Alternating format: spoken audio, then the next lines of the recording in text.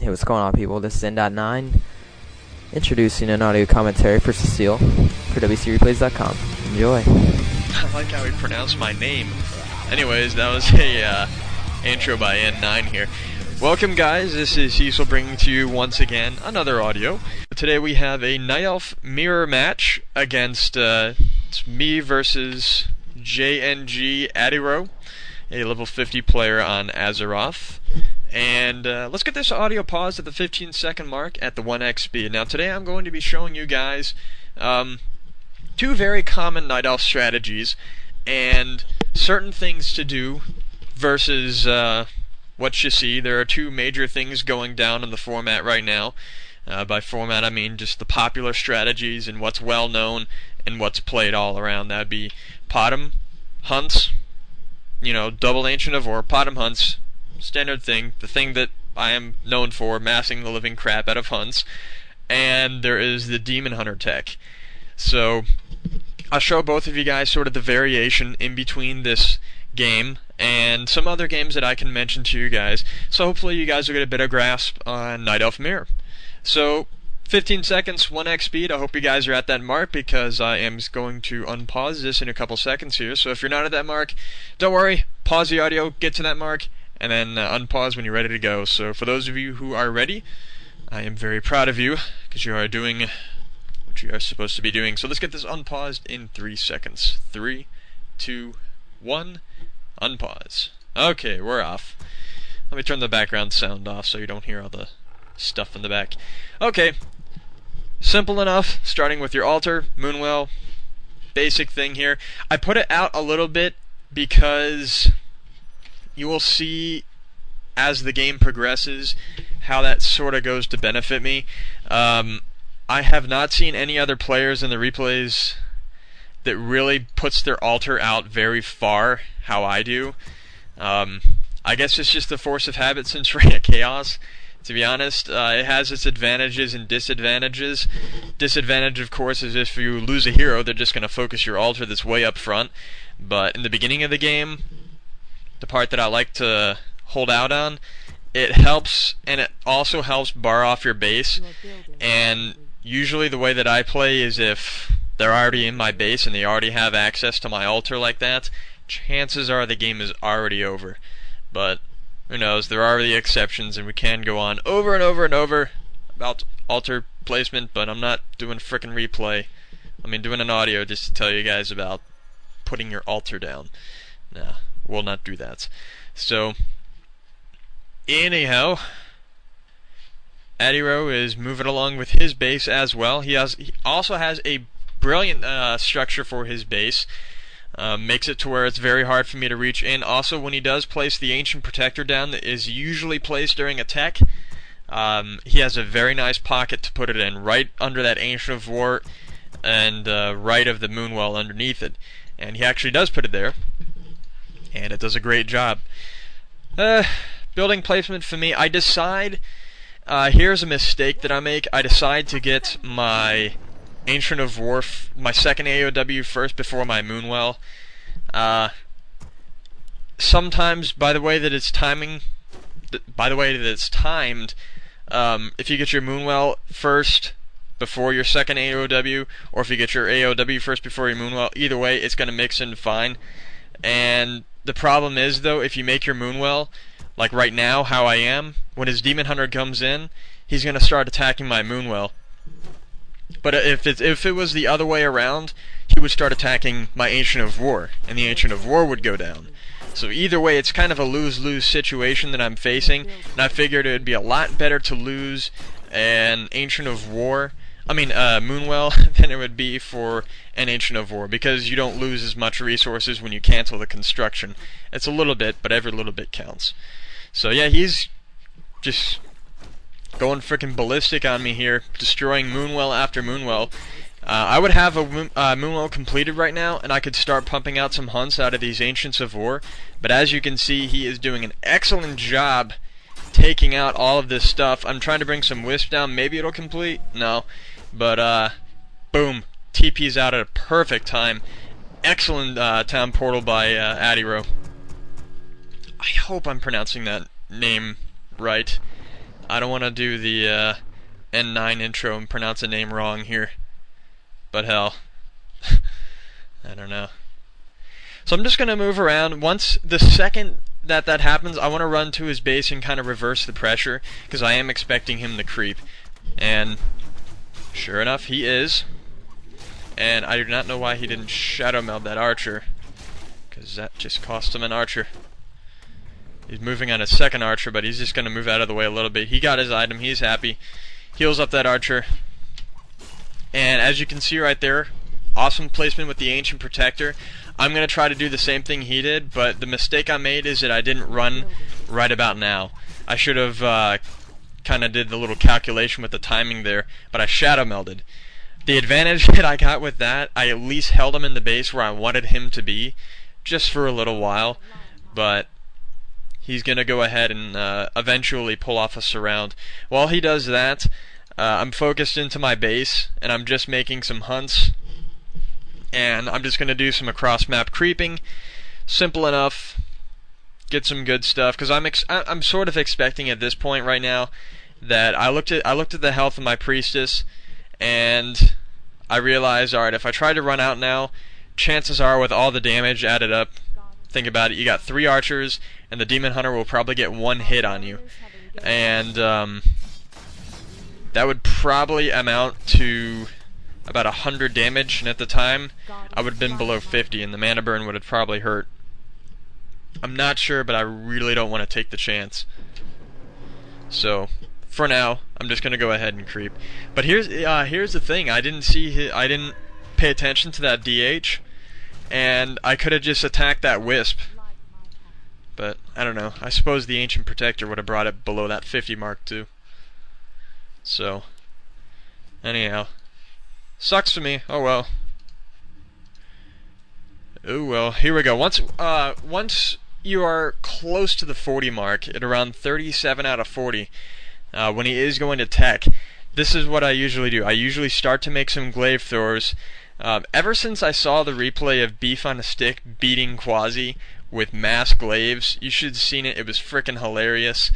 I have a new liking to glaive throwers. I mean, I've shoutcasted like a million games by the guy. Every game he massed glaives, but they weren't really against any big players, so I really didn't think much of it. But until I saw it beat Quasi, I was like, maybe I should actually consider the power of these things.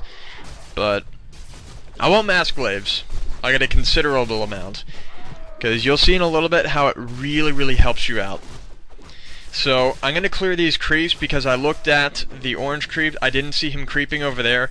So chances are he's off trying to get rid of something else.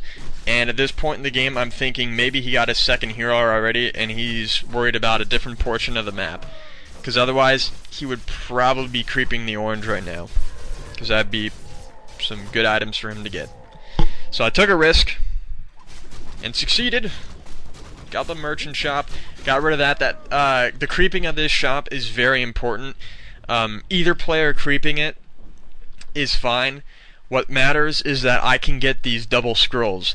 The double scrolls is what you need the most. And by the way, as for upgrades goes in the strategy, get the armor upgrade first. He's got a bunch of archers. You gotta care about the armor of your hunts moreover than your attack, because the archers will be able to freely attack your hunts more than your hunts will be able to attack their archers. So you want to play it a little bit on the defensive on that. But the solution to that is what is rolling down the path right here. Those would be these glaive throwers. We got about 4 of them. I'm going to get about 5. It's not overdoing it, trust me. Chances are he's going to try to rush the glaive throwers and you're going to lose maybe 1 or 2. But if you play it out right, take about 2 of the glaive throwers, move them to the side, take another 2, move them to the side, just kind of spread them out so he has a lot to cover just to try to kill those damn glaive throwers. Then you're going to be in great shape. And typical Night Elf DH tech, they're going to get some bears. What that does to me, he's not even at tier 3 yet, and now I have a slight advantage here. I'm going to start taking out these Ancients of Lore. So I managed to take out 1. I have his production. Look at that! DH is so damn close to dying. But I missed. I should have gotten it. And I realized that too, because it caught me off guard. I wasn't expecting that weak DH to run across me, and I was like, what the shit? And then this thing just like walks across. I think for a split second, I hit the move key just to try to move in front of it, and he got the well like at the last second. I was like, ah, damn. But so that was fun. I'm gonna just try to take out the bear. Close again. Almost get it, but I'm not gonna run too far in to get hit by the AP. I probably could have killed the bear too. Just those split seconds, I'm telling you. This is the example right here. Just those split seconds will count, because he would have been out a demon hunter and a bear right now, and I would have had a lot less trouble. So he turns on immolation. Incinerate. Look at that. Close again. So I'm starting to lose some hunts. I use my dual scrolls, but either way, I know that if I even if I play the trade game here, where you trade unit for unit, it works especially versus a teching player. So I'm alright as it is right here. After I saw how weak his heroes were, it's daytime, and his wells are totally empty. Now it's my game from here. He can't really do anything about the glaives in the back if he tries to run forward. He's got a very weakened DH and Firelord. And I mean, strategy-wise, what he has in an open field should have killed my stuff. I mean, those archers, the lava spawns, all that stuff, that would have hurt pretty bad. But the thing is, maybe one of you guys are thinking, alright, if this dude gets dryads, then my hunts are going to be in trouble. Not really, because he's at this point in the game, he's going to have about 2 or 3 dryads out, possibly 4. And I've got all these glaive throwers. Those would drop so quickly. They will not last very long. I can guarantee you that right now. So I just take out what the important stuff, the production buildings. Screw Moonwells. They're doing nothing right now. They're not going to heal him. They're not going to do anything. So I'm just going to try to take out his altar as it's going in there. Trying to get his hero out there. But rejuvenation doing its work. I could have saved that glaive. I should have, but I did not. Oh well, I didn't care. At this point in the game, I was like, I'll let him have his fun. The game's basically mine as it is now. Because I just have to, as long as I continue building stuff out of my buildings, hell, I can lose all my hunts right now and still pull it off. I don't know. Just goes to show how enthusiastic I was for this. Alright, anyways, a bunch of wisps around there. Easy target to kill. Good experience. It's good. It's really good. So it's nighttime, though. Killed the DH. Priestess is indeed a bitch. She is a bitch. So, anyhow, it's basically game right there. So, what all did we, actually look at the score, it's pretty close. What all can we actually gather from this replay? I guess we can say that, just understanding sort of the flow of the game, you gotta kind of think on your opponent's terms. What I mean by that is how I checked for the creeps. He's not there, so chances are he's gonna work on his second hero. You gotta have your timing right, because you have to gather, okay, he's probably in the transition to tier 3. That's when I attacked. He's trying to get up to tier 3. Chances are, if he has dryads, that's even better. If he has bears, well, he's just got dead weight going around and he can probably only heal.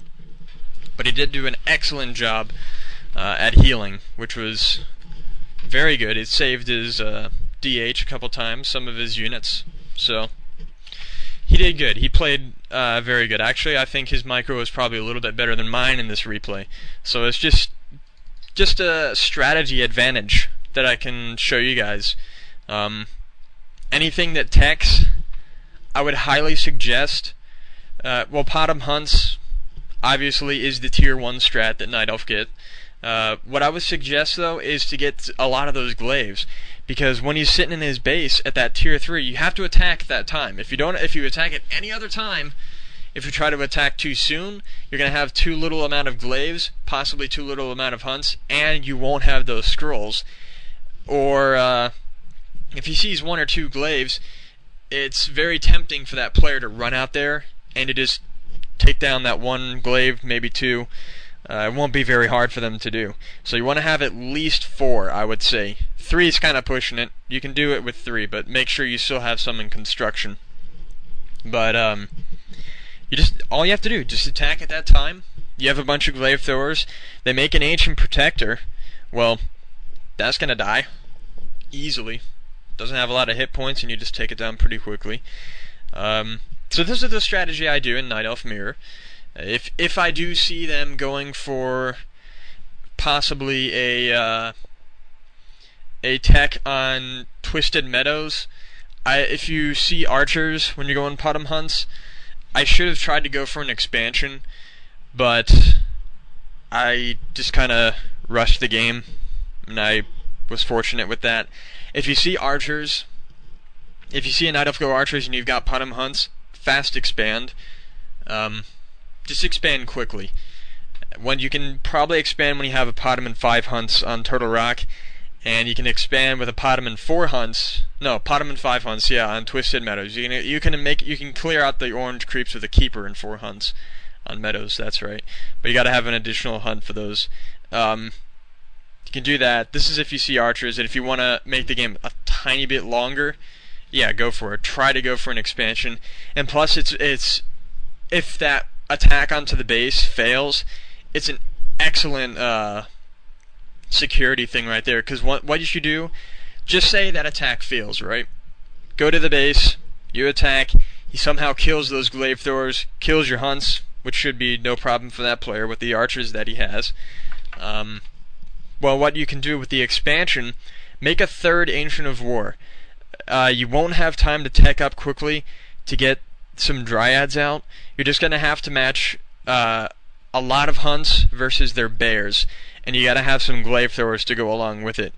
Now, what you're gonna have to do, you're gonna have to just play the harass game, where you just run to his base, always have a portal, raid his base with some glaive throwers, maybe just go for some sort of suicide attack where you just run to his base, attack his main tree, throw a bunch of glaive throwers at it. He loses his tree, slows him down. Just keep on slowing them down, because if you run an even race and you don't stop him along the way, he's going to outrun you. He's going to get a bunch of bears out there, and you won't be able to handle it, even though you have 3 Ancients of War. Anyways, guys, that's pretty much it for this one. Catch you all later. Next one is probably... I don't know what the next one's going to be. Anyways, later.